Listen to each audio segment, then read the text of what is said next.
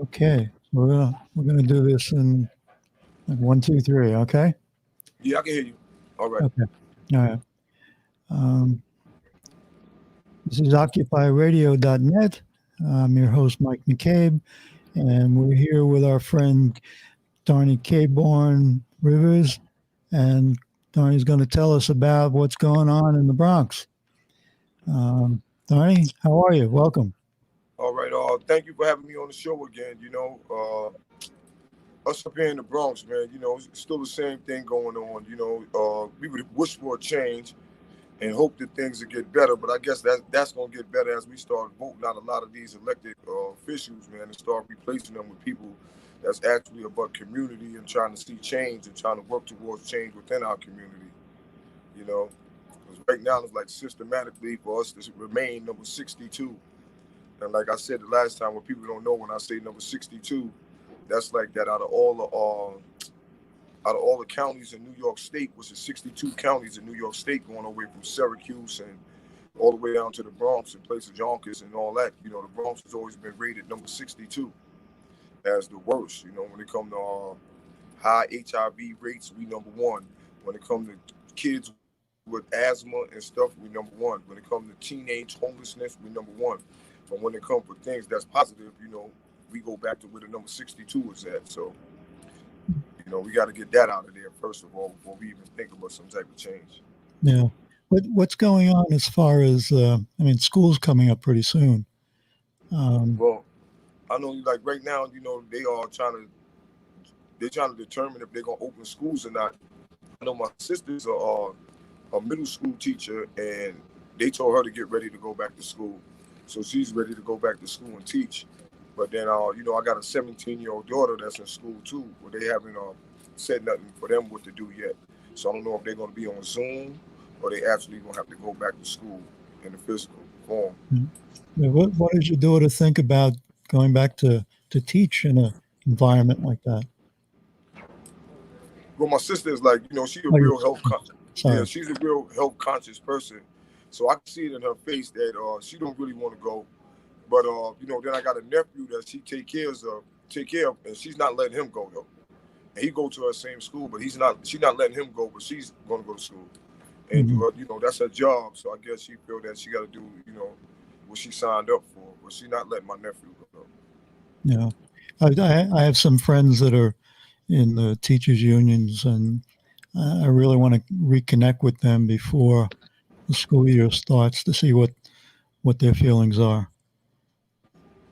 Um, Yeah, and a lot of the myths is that they said that the kids don't won't catch it, but that's a myth because kids been getting sick too also. So yeah, yeah, big time. it's a big Um, chance that they take him.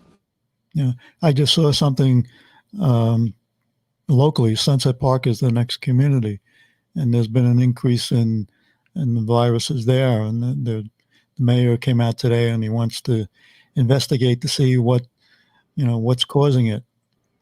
We're in the Central Park area. In Sunset Park in Oh, Brooklyn. Sunset Park. Yeah. Yeah, well, like a lot of people, they just don't respect the rules and regulations. And I go to my physical therapy in that part of town, and a lot of people was not respecting it. They still having big parties. They was having big parties when the coronavirus first came out. They Mhm. was having big Sabbaths and all type of stuff. So a lot of that's really coming from people not respecting it, and they got their I own agree. ideas of if it's a germ or if it's not. Well, nobody's a scientist, and until we find out other than, we just got to go on what's recommended from the health department. Yeah, and you really can't blame the people to a degree because we've gotten so much contrary information from the so-called experts. Yeah, but when you in doubt, man, you got to do without. You know what I'm saying? Until you find out other than. And Yeah, when just people use be your running head. out, it's too early to start trying to make judgments. It ain't even been out for a year, so Yeah, people running out and saying, "Oh, what the experts said." I'd rather be safe than sorry. yeah, I agree. One of the things that we talked about in the last time you were on was the cancel rent programs. Now, I mean, some of the numbers I've been listening to, uh, countrywide, they're talking about as many as 40 million people being displaced by the end of September, and our so-called political leaders are doing absolutely nothing. What's going Yeah, on? they had we went to a rent strike yesterday that was at Bronx Supreme Court over there on 161st Street. But yeah, there's so many people that's unemployed right now, and with this rent strike, once people start wanting their money, I don't see how the people, the public gonna be able to pay all this money that's coming through. Yeah, that's I right. know I know the welfare be giving out a one shot deal, but how many one shot deals you gonna give to? You gonna give away 48 million one shot deals? So I doubt that's gonna happen. So like you said, it's gonna be a lot of people that's gonna be all displaced by September, Yeah. unless The unless a real miracle or something really take place. Because other eviction than court that, is going, the eviction court is going open tomorrow, and this is for pre-pandemic, before March 17th. And last numbers I heard, there were like 12,000 people or families that were on that list. How can yeah, you send those people out in the environment with COVID? So even if it was before the pandemic is still going on. Why put them? If you're taking prisoners out of jail, why would you want to put families out on the street?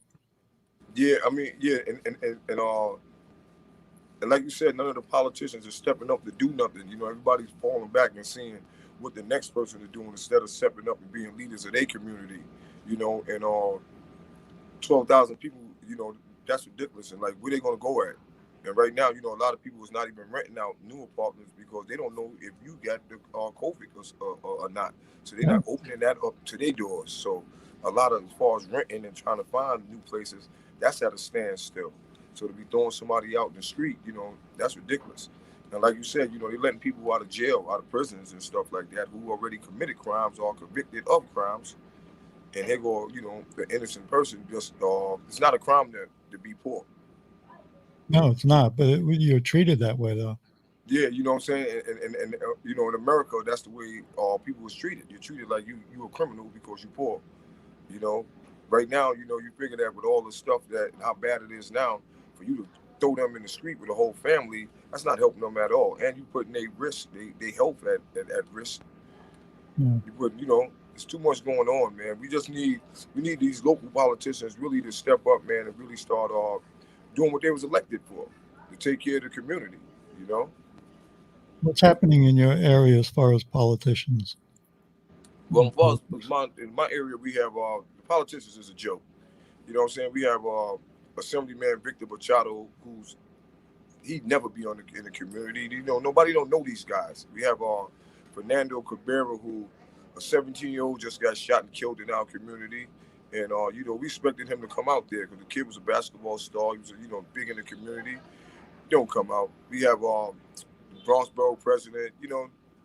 Don't come out. They come out for certain things that they put together, and which really is like a lot of things, and it plays a lot of racial things going on in the Bronx too. If it ain't dealing with Latins, it ain't dealing with the Hispanic culture, they don't want to be involved in it. You know what I'm Yeah. saying? That go from the Bronx Borough president all the way down. We got right across the street from where my office is at, 2477 Webster. We have Fordham Plaza. Fordham Plaza is big. They spent so many millions and millions of dollars on Fordham Plaza. It's connected to the Metro North. It's connected to the Fordham University, and it ain't nothing but homeless people that sleep out there all day, every day. So you mean with all this money that Fordham University got, all this money that Metro North got, and all this money that the Fordham Plaza got for the people, the community people, and they doing nothing.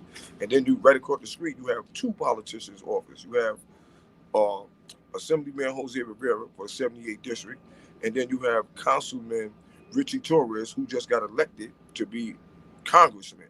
How can somebody elect you to be congressman when you ain't even doing your job as city council? Yeah, I thought that was Just show you how much these dudes got the complexion for the connection and all that. But are they actually doing the work? Hell no. They're doing nothing. You know what yeah. I'm saying? They're leaning on the church and they're leaning on all these other things, but what actual work are they doing? No. You put Fernando Cabrera, a councilman. You put Councilman Richie Torres. You put Assemblyman Victor Machado. You put Assemblyman Jose Rivera, and you pull all of them outside and ask them who did more work in this community within the last 2 years, them or me and Shaniqua Charles. And on four of them together, can they couldn't carry one of our bags up the block. So that tell you, Mm. you know, the work that they're doing. You're, you do. I'm a big follower of Peter Kropotkin, who was an anarchist back in Russia in the early part of the 19th century, and he put forth the mutual aid concept. And I think people like you and I have some friends locally who put that out front because the government's not doing anything for it.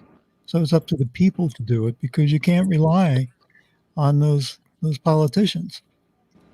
So uh, how's the mutual aid going on in your community? Well, you know, that's how it is, man. You got to be for the grassroots because it go down to like, you know, the closest person to the answer is the closest person to the problem. You know what I'm saying? Because we here every day, so we know, you know, the answer, the solution. Because we right here, we actually a part of it. And like, you know, go back to none of these guys is not from this community. So when you go to the politicians in the Bronx, none of them don't live in the Bronx. You know, I lived in the Bronx for 52 years right now. And if you lived in the Bronx, tell me what block you live on. And you know, I know everybody in the Bronx. You know, I know a lot of people in a lot of different areas, a lot of different parts of town. That is impossible for me to not where you live at. You know, Where, I don't where know do- where no Bronx politician live at. None of them. I don't know nobody who know them. I don't know what block they live on. None of them. None of the above. Yeah, but as we go on and we see what the politicians aren't doing, the only thing left is for people to figure things out themselves. And a lot of people are afraid of that concept, but I don't see any way out of the situation without getting involved and doing things yourself. Yeah, you know, yeah. We got to do a lot of things yourself. We got to vote these guys out, man. You know, we gotta vote them out because I mean, look at the Bronx right now. It's turning back, like I said, it's turning back to like the '70s, man. Every day you turn on the TV, is somebody got shot, somebody got killed. It's drugs over here, it's gangs over here. It's all of this, and then you ask yourself, where's these politicians at? You Mm. know, and what are they providing for their community?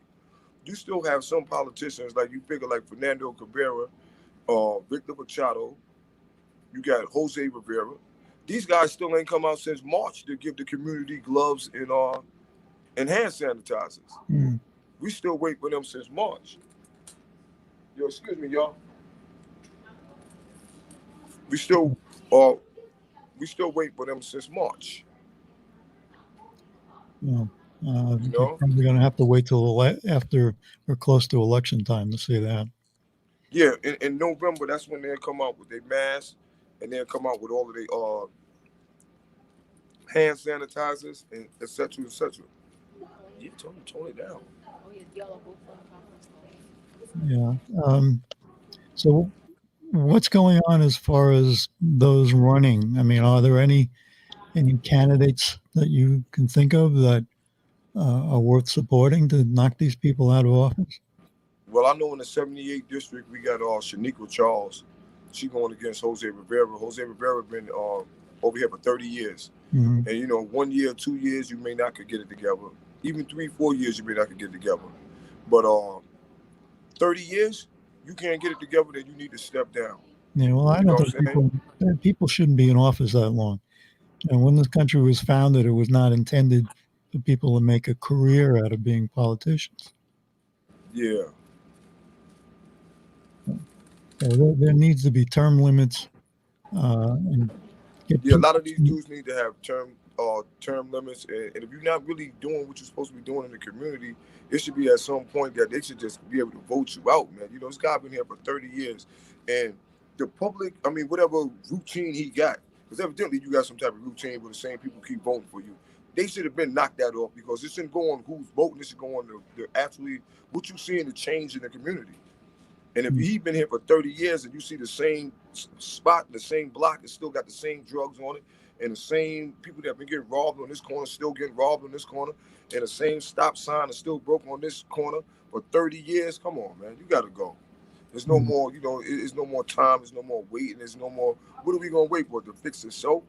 Gonna wait for it to change on its own? No, we got to remove these people, man. These people don't even have town hall meetings no more. You go to a community like when I was young, everybody knew who the local politicians is. Because first of all, he had a car or he had a truck with his stickers on it, and he made himself known. You know what I'm saying? He drove around with the blowhorn, and he got out and he speak to people. You know what I'm saying? But nobody don't know who these guys are. Yeah. At all. You go to the community, you go to community and you have a survey, and I would like to do that one day.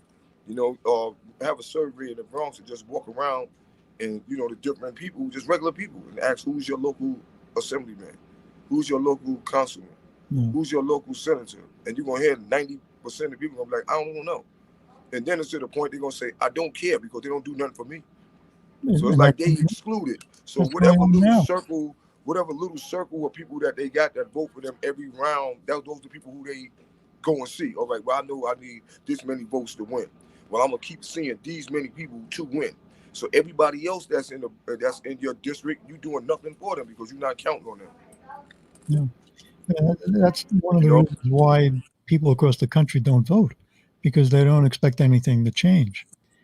There's so many times that my wife, but especially if you figure the guy that's an assemblyman, Jose Rivera area. If you've been there and nothing changed in 30 years, what type of faith would you have inside something that's going on? 30 years you've been around there and the same guy there, nothing changed. But you bring up Richie Torres, the pretty boy that I call him. Yeah. And he came from public housing, but what did he ever do for public housing? Richie Torres is not really, he's not doing nothing. You know what I'm saying? He's up here and he came out. I don't know how he got the Congress right now. They voted him in. Richie Torres is riding the bandwagon of being the first gay politician. So he's not doing nothing. He's riding the gay bandwagon. There's nothing wrong with the gay people and homosexuals, homosexuals. That's their problem. And that's not, that's their choice of what they're doing. But for you to run a political platform on your sexual preference is ridiculous. As soon as the first words that come out of Richie Torres' mouth, it's not about the business he's doing for the Bronx. It's not about the change that he's providing for the Bronx. It's not about his work. It's about his sexual preferences. Oh, I'm the first gay open public official. So what? Nobody's asking you about your sexual preferences or your lifestyle. Got nothing to do with politics. Yeah, we asking you, what are you doing for our borough? What are you doing for the people that elected you? What are you doing for, what are you doing for the people? That's what we want to know. We don't want to know your sexual preferences. We don't want to know none of that because nobody else is coming out here and saying that. I don't come and introduce myself and be like, oh yeah, my name is Kayvon Rivers. I'm a straight male and such. But that's irrelevant. You know what I'm saying? So why every conversation he come up with, he got to throw out that out there?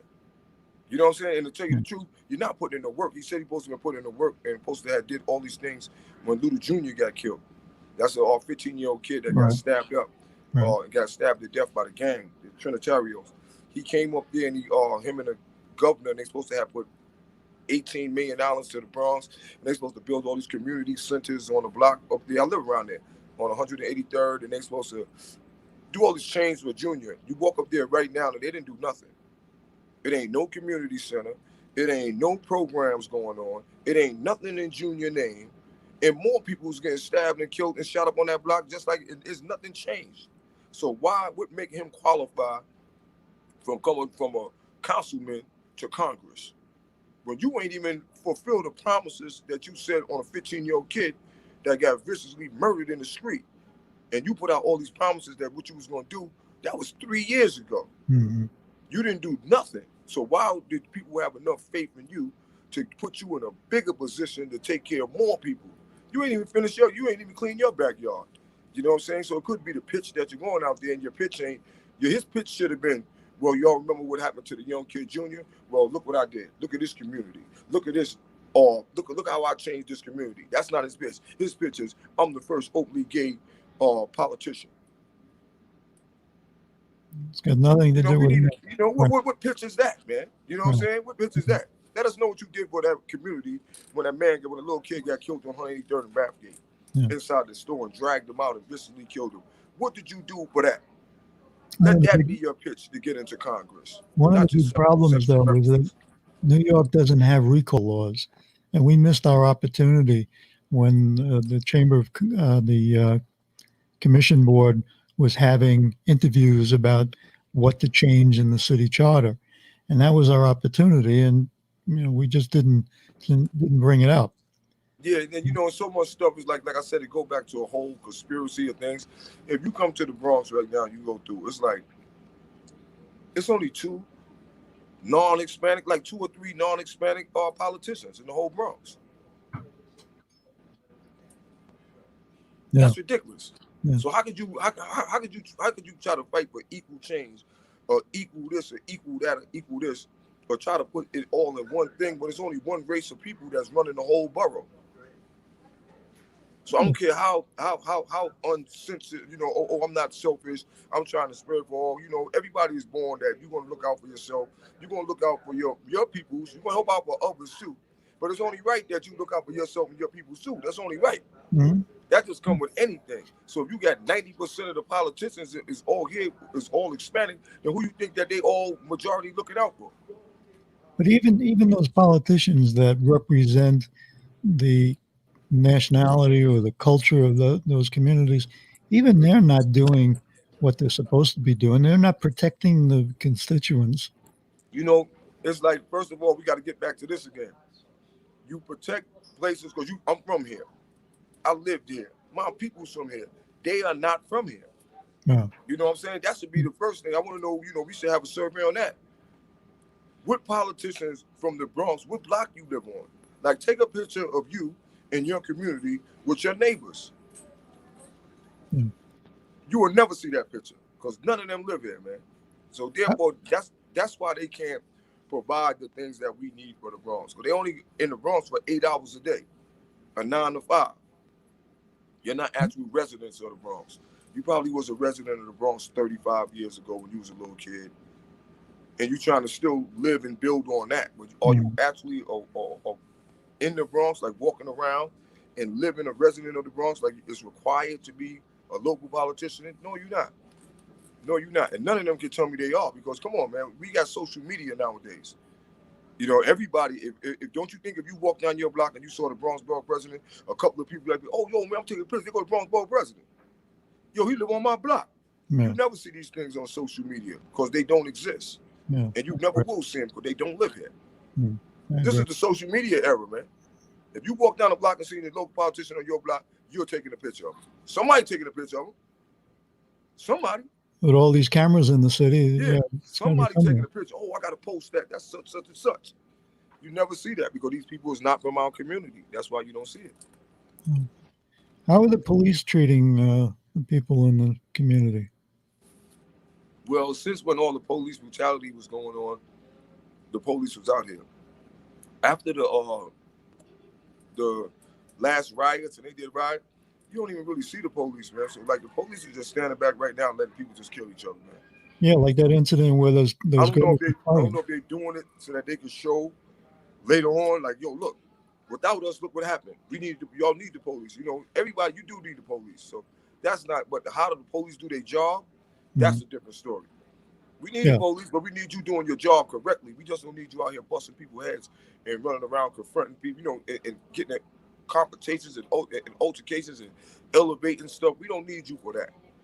We need you to apply the law evenly and equally to all. Not your cousin get no juice, my cousin, not me, not you. Everybody get the same laws. That's what we need the police for. But right now, the police just sitting back letting everybody kill everybody all around the United States. And they not playing no part in it. They sitting back and they just, all right, y'all can do it on your own, do it on your own. And it's not working. But the way the police going about it, I wouldn't hire them back either. I would hire a whole new security force and all that, because they just showing you how petty they are too. Yeah. That you would sit back and actually let people die in order for you to prove a point. That's it. I think the police unions are too strong. And they get away with a lot of stuff. Yeah, it's all like one system, man. You got the police, like they said, the police is the biggest gang in the world. You got the police selling drugs. You got the police cracking people in the head. You got the police killing people. You got the police with drug deals and extorting people. So who is the police? Who's the criminal? Yeah, you know what I'm saying? It's a real thin line in between that. Yeah. Criminal police. It's a real thin line between that, man. You know, especially when the police busting your head open and hitting you in the head. I done had the police do all type of stuff to me personally. You know, I had the police get out the car, hit me in the head with a gun. I done had the police threaten me with his gun. I done had the police drive me and drop me off in a cemetery and tell me the next time that they bump into me, this where the hell I'm gonna be at, and leave me in the cemetery. Oh, great. And I gotta walk home. You know, so all the things that the police would do is like you can't put nothing past no police. So somebody to come up to you as a black person inside America and tell you to trust the police, it's like you gotta be kidding me, man. Yeah, exactly. You know, you gotta be kidding me, man. I done been in rooms where the police done hung me up on my arm like this, and I got this much of my feet off the floor. You know, so police is like, they got their own ways and things, and that go back to the same thing when we go to local politicians. The police supposed to be somebody from your community. These Right. police officers ain't from our community, man, Yeah. at all. They Yeah. from nowhere near our community. These some people that you want. So they write up, they make a whole bunch of laws that don't apply to nobody. So if Yeah. they don't apply to nobody, how could you expect the public to respect your laws? Your own laws don't apply to you. So how your laws gonna apply to me? And I'm supposed to respect it. You need to respect it first. Respect your laws. Maybe I would respect it. You know? The politicians supposed to live in their community. They not living in their community. The police supposed to be the police from their community. They not the police from their community. So the only one who's supposed to be respecting the law is the civilians. But the law is supposed to be for everybody. But then in the meantime, you trying to be safe too. Mhm. So if you can just hire anybody to come from anywhere and just bust me upside the head, at some point in some time I gotta protect myself. Or make sure that, this is not happening to me or to my kids or to my family members. So Well, it's a one of whole the, lot, we need a whole bunch of change, man. well, one of the problems is that cops aren't dressed like cops. So someone approaches you on the street, and you think he's just the guy in the neighborhood, and you hit him, and all of a sudden you're arrested. There's no identification to tell you that he's a cop. Yeah, but even when the cops got on a blue and white suit, you figure that, all right, this is a cop, you got a blue and white suit. So this dude should be about community and all that. So you'll Mhm. go up to them, you be like, yo, how you doing, officer? Dude, look at you like, yo, how you doing, officer? Man, get out of Yeah. here. What you coming over here for? What you mean, what I'm coming over here? First of all, you on my block, working out of my taxpayer money, and supposed to be securing me, and you ask me what I'm coming over here and asking you a question for? Mhm. So we got to get out of that mentality. We got to get into offices. If you want to be a cop, you got to get a cop. They got these young dudes running around here that you just hiring just to give a job. We going to fit them in and mix them in. And that's not working, man. Yeah. First of all, they got to change the whole rules. You got to know how to approach people. You people dealing in the public, and you supposed to be dealing with people in the public. You got to know how to approach people in the public. You got to know how to allow people to approach you in the public. Right. You And know they what I mean? should come from the neighborhood. How Yeah, committed so are, how committed are the people in the community? I mean, I know you go out there and you're an activist in the community and try to get things done, but how about the masses of the community? Are there a lot of well, people that, right now you got a mix. You got a mixture going on. You got a lot of people that's in the community that really want change and really want to see that things uplift and really want to see positive change in the community. But then at the same token, you got a lot of people seeing that a lot of things is getting easy for them. Oh yeah, well I got some free unemployment money. Oh, I got a free $1,200 from the president. Oh, I'm looting and stealing and this. So you got opportunists too. yeah, You know what I'm saying? You got mm, people who want to change and people, but you got a lot of other people that's sitting there that hope this don't never change, so they can keep on getting unemployment free checks, and it's the best thing that ever happened to them. You know what I'm mm, saying? They feel like they hit the lotto. So you got people who want change, you got people who don't want change. And of course the majority is going to be the negative ones. mm. But the politicians act like, the situation with the $600 for unemployment. Um, like you can't live on $600 in New York City. Now, and that tell you right there the predicament of people who's in right now. If people were so happy to get $600, that should tell you right there. We can't live on $600 in New York City. Yeah. But if this is, and people were so happy to get it, that tell you that people was used to getting little to nothing from these people. They're used to getting little or nothing from these people. So they're like, well, if we could get that, at least we'll take that. It's better than nothing. It's better than the nothing that we 9 out of 10 times get. You know what I'm saying? So, and it's a shame, man. You go through some areas, man, and you wouldn't even believe you in New York City. You know what I'm saying? Like you go to certain areas in the South Bronx, you go to certain areas in Brownsville, and you think you're in a third world country, man. And then how could it become changed until these people be all right? Because we ain't doing the best, but damn, at least we got hot water every now and then, or this, that, and that. You got places in Brownsville and all that. They don't have hot waters for months, man. Again, I told you last time, I live a block from the Red Hook houses, and those people are without water and they're without heat during the winter. The streets aren't clean. You walk a block from here and you think you're in a third world country because the sanitation department doesn't pick up the garbage. So people wait for the bus that you have to wait forever for, but they're standing there in a pile of garbage.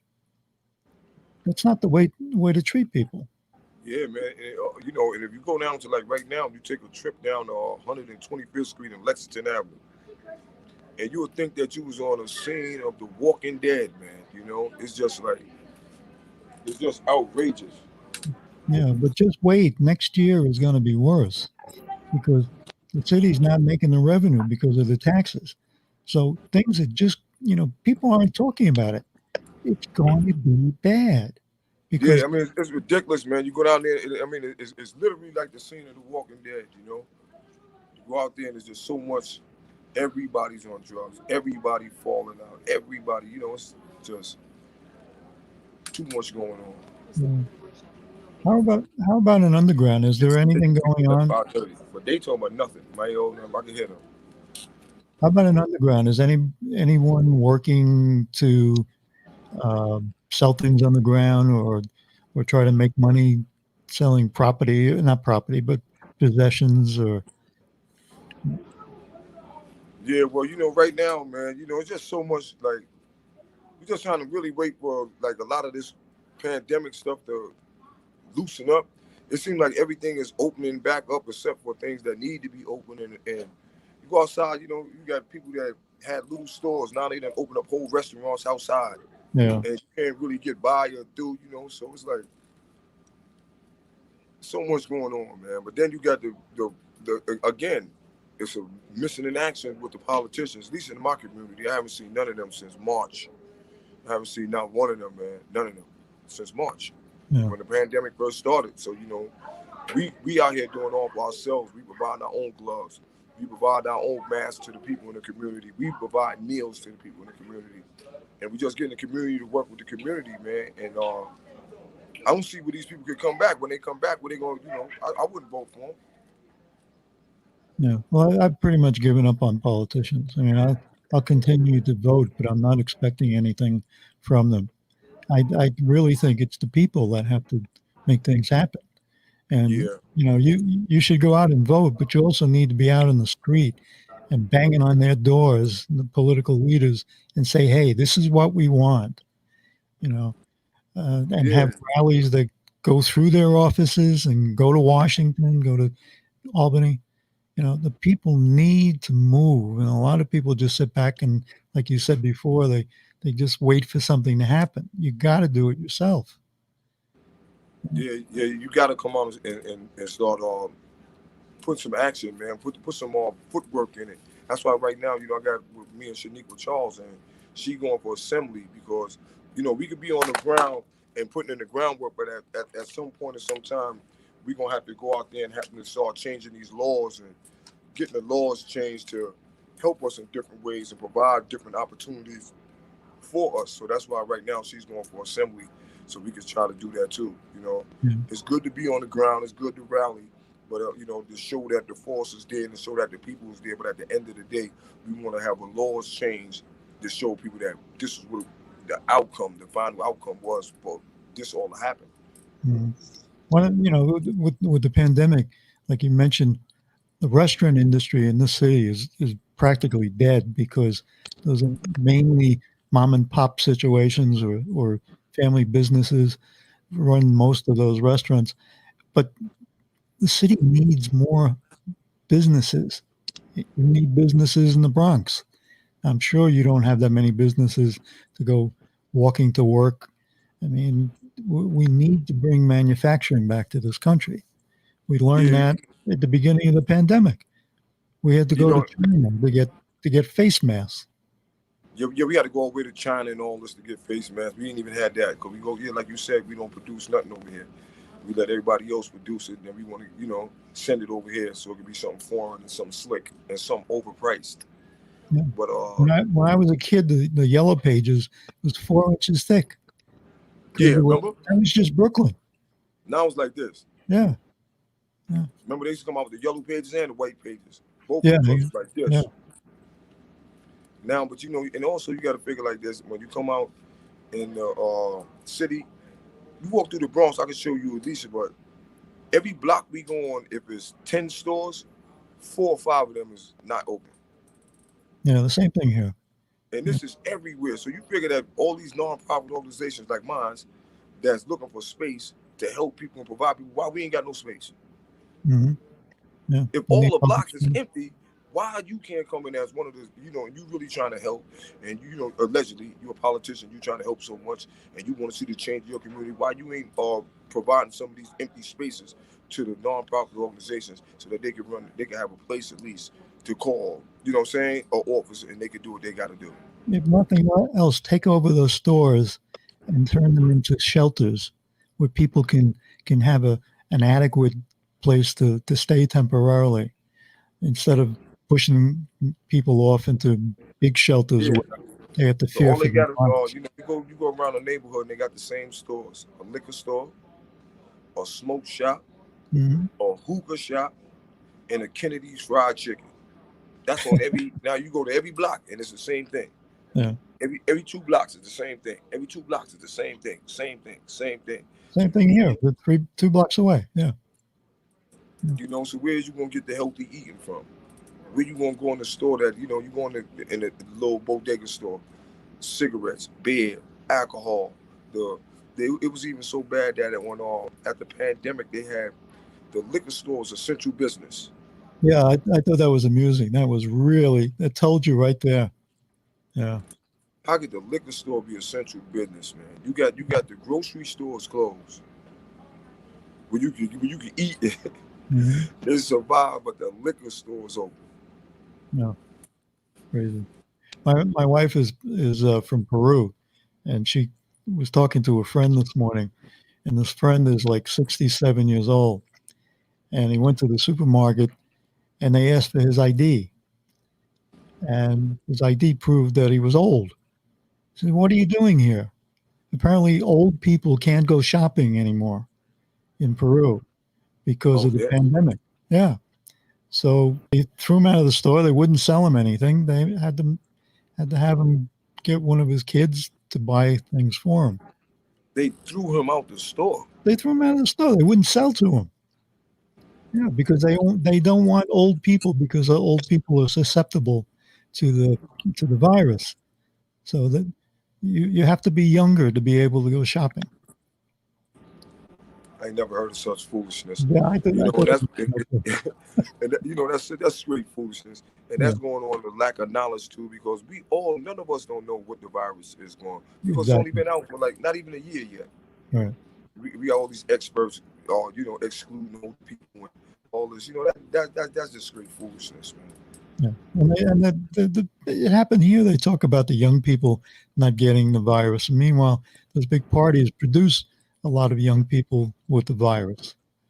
Yeah, So, and a lot of them is dying from the virus. So yeah, people saying that it ain't for the young people, it's for whoever. If you ain't taking care of yourself, your immune system ain't built up like that, then you have a chance of getting it, man. And some people die, some people don't. But just to stand out and straight up bluntly say the virus don't exist, it don't make no sense to say that when you see people around you and family members, friends just dying. oh, that's a ridiculous comment for anybody to say that. Yeah, And you have a lot of people saying it, man. You see people getting in fights because the next person don't they telling they asking you to wear your mask coming into their establishment. This they business establishment. If you don't want to wear a mask, all you got to do is go to another establishment. hmm but they want to go in there and get in a fight with the person that owned the place. You got the freedom of to come in here or not come in here. You don't got to come in here, but if you come in here, you got to go by the rules that's set forth by the owner, and that's the problem. And the rules are set up for your protection. And that's the problem, So what else? A lot of people feeling like they not gonna wear their mask, but they're gonna come to your business establishment and they're gonna do what they want to in your business establishment. And that's where the problem come at. So what else is going on in the Bronx? What are you doing?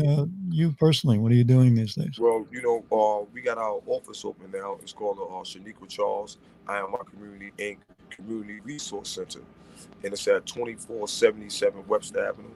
That's 1 block from Fordham Road. 2477 Webster, 1 block from Fordham. And we got everything down here. We got kid DJ classes. We got meditating classes. We got round tables. Right now, we got harm reduction going on right now, where they, teaching people if somebody OD on fentanyl or heroin, how you can help them out. We got that class going on right now. We have mental health awareness class, parenthood classes, and arts and crafts. As you can see, I'm in the kids' arts and crafts section now, and we just try to do so much to provide for the community. And like I said, we don't have no set curriculum like the PAL or the Boys Club. We let the community come and set the curriculum on what they need, and and more or less not what they want, but then things that they want we also have too. We have an open mic on Tuesdays. We have a play coming in Saturday called Ghetto Chronicles. So it's a time of things you want, but most of the things are the things that we need. So tutoring, things of that nature. Then it goes back to, again, look at this big space that we got. We got kids coming here all day long, but we don't get no funding. We shouldn't have to look for the politician. The politician should be looking for us. They should be like, who is these people that got all the people coming in and doing all these programs and all that? We need to be down with them. Yeah. They doing our job. You know what I'm saying? They should be finding out who we are. Yeah, I need to come film that. Maybe we can set something up for me to come film. Yeah, that'd be nice, man. You come down here and do a live, and do a live too, man. We can do a live down here too. Yeah, that'd be nice, And we always doing some type of events and all. Every day something going on in here. You have a website? Got karate class coming on too in a little while, or kid karate class. So we just try to provide for the kids and provide for the community. You have a website for the community? We don't. We only under Vote Charles for Change right now. But we setting up a website and all that for the center as we talk right now. But they can look us up under the www.neverbecaged.org. And then, at the I Am My Community, Miss Abby Kids. Okay. All right. Yeah, a couple of things I want to talk to you offline at some other point. Okay. But I appreciate you coming on and taking time to tell us about what's going on. I appreciate being on, man. And I like to, we got to keep on doing this periodically so we can keep people posted. Well, actually, one of the things I want to do is to broaden to have people come in from different parts of the city. Friends all over the city. I just need to have them sit and spend maybe 15, 20 minutes to tell me about what's going on in the community and do that on a regular basis. So if you're willing to do that, we can start. I'd like to be a part of that. Okay. All right. But again, I appreciate you coming on, and we'll be in touch again. And all right. Good luck with the community center. All right. Peace and blessings, everybody, and thanks for inviting me. Peace. Take care, Kurt.